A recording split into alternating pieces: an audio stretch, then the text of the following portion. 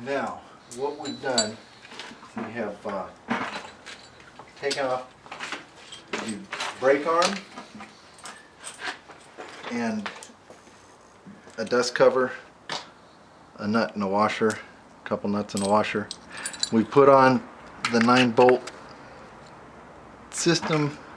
It's a 41-tooth sprocket that you get exclusively with my kits for a little better top speed, but we can also get you a 48-tooth, larger one if you live in hills or ride her over like 250, 300 pounds. You might want a bigger sprocket, but anyway, we're gonna show you how to put this on precisely, and this is extremely important.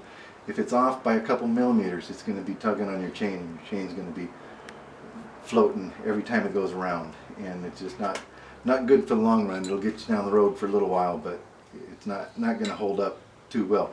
So I'm going to show you how to align it in the exact center. For right now, first thing I'm going to do is I'm going to cut the dust cover. On the dust cover, you can either cut it or throw it away. Cut it by, cut the diameter of it so it's smaller than the hole. If you don't do this and you put the dust cover back in, it's gonna look like it works until you get the bolts all tightened down, and then you're gonna realize you have to do it all over again. But you see, by the time you get it cut, it cuts out the amount of effectiveness the dust cover will do anyway. So I don't know, sometimes I throw them away, sometimes I use them. But for right now, I'm going to show you how to line it exact dead center. So you've got two rubber donuts. One of them you've got to cut a slit in just one side so you can fit it around the axle. The other one's going to be your outside donut. Now inspect your outside donut. These are sides of tires. They're sturdy, they work well as long as you install it right. Now if you've got, every now and then you get one that's a little skinnier on one side than it is the other. If you get that, cut that one and use it on the inside. Always use a good donut on your outside. Most of them are usually good, but every now and then I've seen one that's just skinnier on one side. Use that on the inside. Cut it, use it on the inside. So that's what's going to sandwich the spokes, and we're going to sandwich the donuts with the metal. The sprocket on the outside, and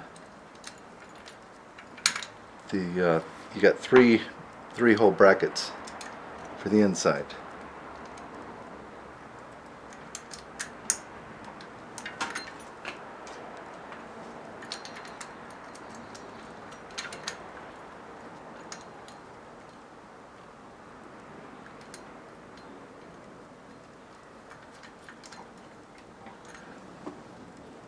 You know, most bikes, by the way, have 36 spokes, which 9 divides pretty well into 36.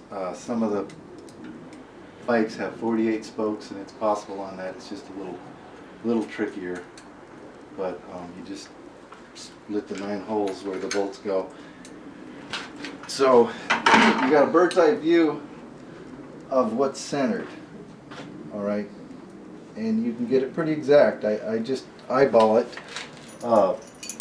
Easiest way to do it, but what you want to do is center it by eye and then tighten the bolts down about halfway.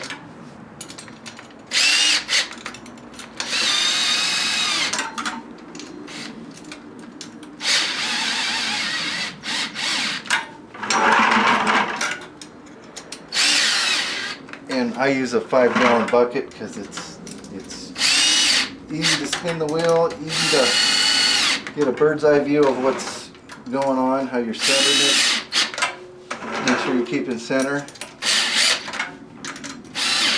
So I've got 9 of them snug, and what I do next is I get a rubber mallet, and you can see it needs to float a couple millimeters to the left, so I just tap it. I just snug the bolts down so I don't have to tap it very hard.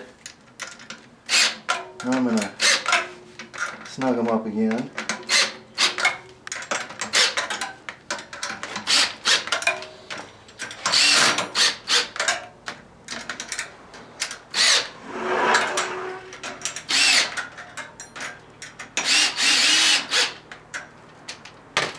and I'm going to get a bird's eye view. This is looking really good. I don't know how good I can get it, but it looks like it needs to float down maybe just a half a millimeter. Just a hair. I mean a hair. So I'm going to go ahead and do that and give it a couple good taps. And yeah, that floated it down a half a millimeter. That half a millimeter, believe it or not, it matters. And this technique has been developed over a few hundred builds, and it gets it just about as exact as you can get it without any expensive clamshell adapter. Although we do sell those on our website soon.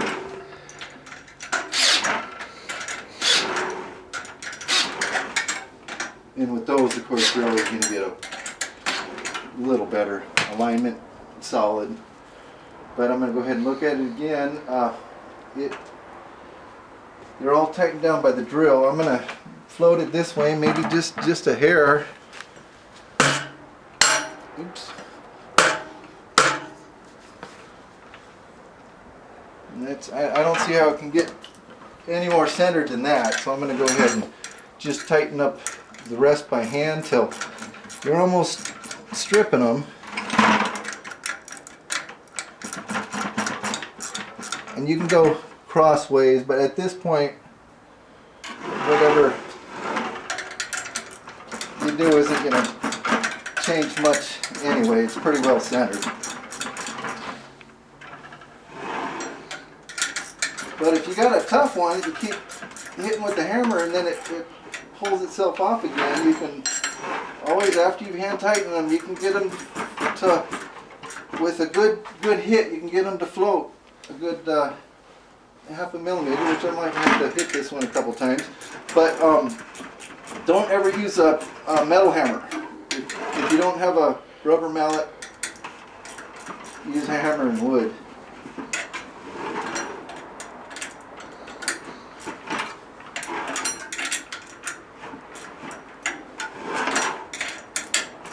So I'm going to get all 9 of them.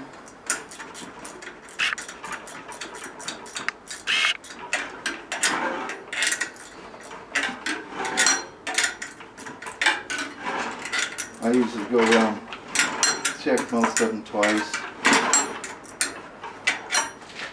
and they're all pretty much tight to the point of stressing out the threads there, but it's centered. I don't see that it can get any more exact than that. I hope that's a good one at least. Yeah, that looks good. All right, we'll roll with it. What we've done is, from this point, you're going to put what's left of the dust cover on just for fun, since we took the time to cut it.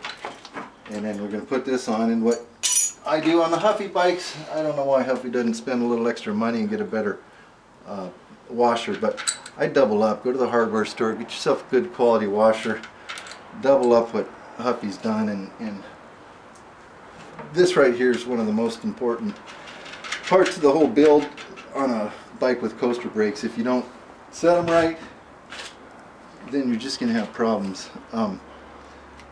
Where's my 17?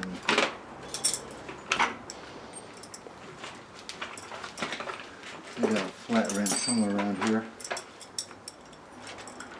Oh, there it is. Okay, so 17 millimeter or crescent wrench.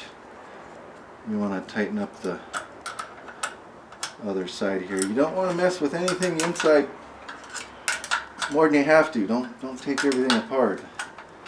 So it doesn't need to come apart very much. But what you want to do is hold one side with a flat 15 or 17 while you're tightening up the other side. And you really got to tighten these a lot, because if you don't tighten them now, when you're braking, it'll loosen up. For everything that you don't tighten up as hard as you're gonna slam on the brakes, it'll loosen up over your first 20 miles of braking. So that's why you get it extremely tight. I go over here. These bearings they're really tight now, so I can see I'm going to have to loosen up. You just get a 15 on the side and loosen it up just a hair, and then check for the spin. Now we've got a good spin. We don't want it. This is a new bike. The cones are gonna wear in, the hub's gonna wear in where the bearings roll. It's gonna loosen up. So we want it a little tight. We want to feel a little drag, but not too much there. And it's rolling fine, but it's a little sticky going backwards. So I'm gonna loosen it up just a little bit more. Okay, now it's rolling both ways just fine. There's a little bit of a drag there, so we're good. Now we got to tighten up on the other side. We got to tighten up the last nut against the flat, against the one that we fit the flat 15 in. But we want both this nut with our brake hitting my knee to stay still, and this inside nut to stay still while we tighten up the top one. And again, if we don't do it now, it'll do it while you're braking. It'll loosen up. It'll go the opposite way, and you'll have loose bearings right away. So that's pretty tight. And then we check it one last time to make sure we can feel a little bit of drag going to the right. That's the way it's going to be rolling down the road. That's the way it's going to be braking, and it's fine. It's a little stiff on the other side, but it'll give an immediate brake response, and it'll allow the bearings to wear in without having to re-tighten anything, hopefully for a while. But all new bikes, you're going to have to tighten them within the first few months for sure, especially motorized bikes. Usually within the first month you want to tighten the bearings. So we've got one over here that's pretty much done, set. Now the only thing I want to do, this is the brake clip that comes off. Now the factory puts them on down here, but it's really hard because you're fighting a chain. It's harder up down here than it is to put it on up here. Basically this brakes you. Every time you slam on the brake, it's going to keep the thing from spinning around. It's going to make your brakes spread out internally there.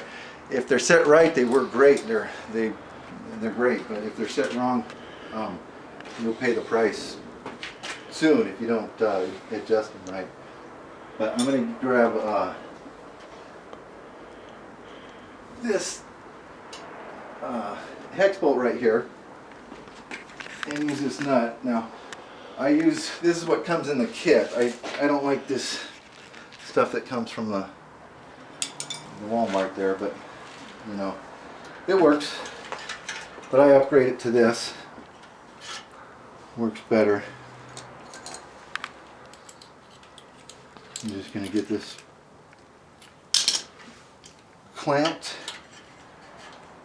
Now you don't want to tighten up the back bearings yet.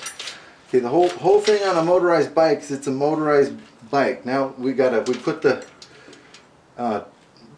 engine drive sprocket on it, but we've got to turn it back into a bicycle before it's even a motor bike. And we've got to turn it into a bicycle right so that it won't give you problems.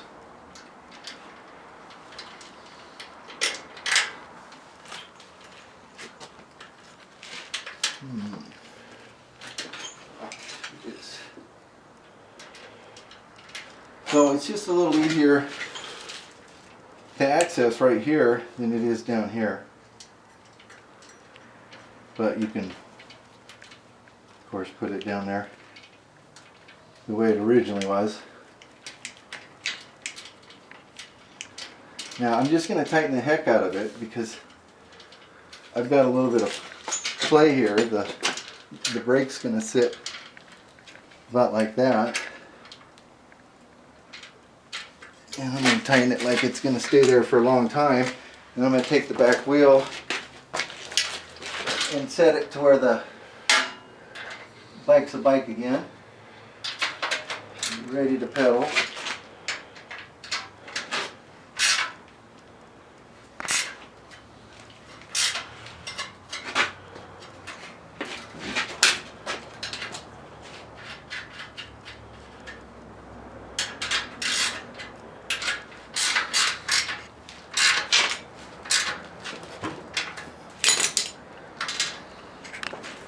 Okay, now hopefully, since we used a good evenly flat outside donut, we tightened all the bolts down at about the same torque, and we centered it with the rubber mallet.